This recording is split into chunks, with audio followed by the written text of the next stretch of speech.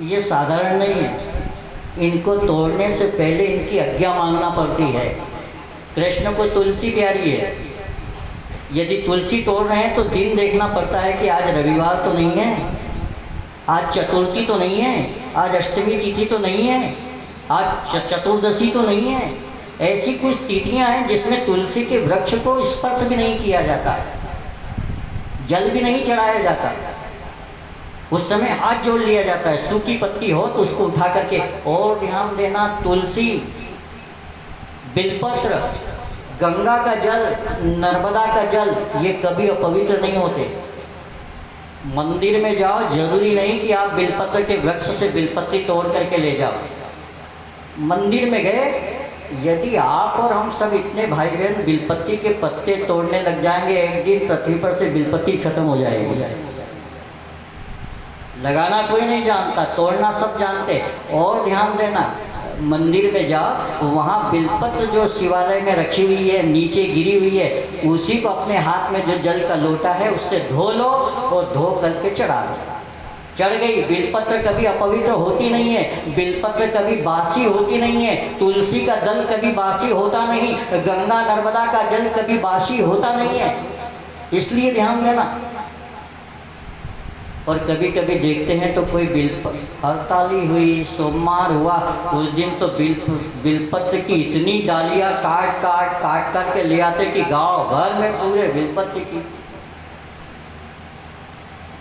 अब हींग लगे ना फिटकरी, पैसा लगता नहीं है, और बिलपत्र नहीं बोलता नहीं है, इसलिए ध्यान देना। बिलपत्र कैसी तोड़ी जाए तो शिव पुराण में आया। लिंग पुराण की कथा सुना रहा हूँ मैं आपको, ये जो चल रही है ये लिंग पुराण की कथा है कि लिंग पुराण में आया है कि बिलपत्र कैसी तोड़ी जाए। तो कहा, पहले जाकर के एक दिन पहले प्रणाम कर लो। रविवार के दिन, सोमवार मुझे सदा शिव को बिलपत्र चढ़ाना है, तो रविवार को प्रणाम करो। फिर उससे कहो कि हे माँ, हे वृक्ष, हे आदित्राष्टा, मैं तुझे नमन करता हूँ, मुझे कुछ चाहिए आपसे, मैं अपने लिए नहीं, देवादिदेव महादेव के लिए मांग रहा हूँ।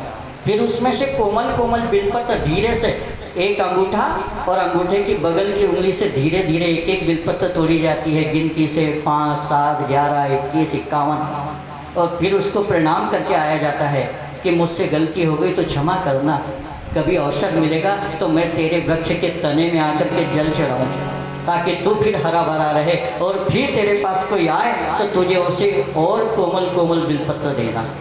त्रिदलम त्रिगुणाकारम त्रिनेत्रम च त्रिजन्म पाप सहारम, उसके लिए कहा गया है। और फिर ऐसी बिलपत्र भोलेनाथ के ऊपर चढ़ाई जाती है। और जो कोई वृक्ष के ऊपर मर्यादा पूर्वक, पूजन तो हम सब कर रहे हैं, कथा भी हम सब सुन रहे हैं, लेकिन कभी कभी मर्यादा भंग हो जाती है।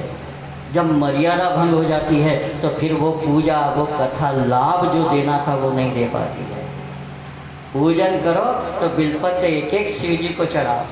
अरे ये बिलपत्र को छोड़ो, यदि अध्यात्म की ओर चलना हो तो कोई सदगुरु की शरण में बैठो ना, तो वो सदगुरु तो ये कहता है कि ये बिलव वृक्ष को भी मैं क्यों तोड़ूं, यदि चढ़ाना है तो मेरे अंदर जो कांटेदार, बहुत कटीले विचार हैं, इन विचारों को मैं बुद्ध पुरुष के शरण में चढ़ा दो या शिव को चढ़ा दो।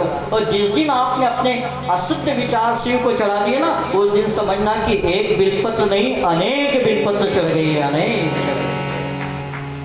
एकाध क्यों चढ़ाया है? माताएं गाती है, पुरानी माताएं, मेरी माँ गाती थी, वो जल चढ़ाओ तो मछली का झूठा, दूध चढ़ाऊं तो बछवे का झूठा, फूल चढ़ाऊं तो भौरे का, फिर किसको चढ़ाऊं? कौन सी चीज, कौन सी वस्तु है जो शिव को चढ़ाए? ये तो सब उसका दिया हुआ है ना।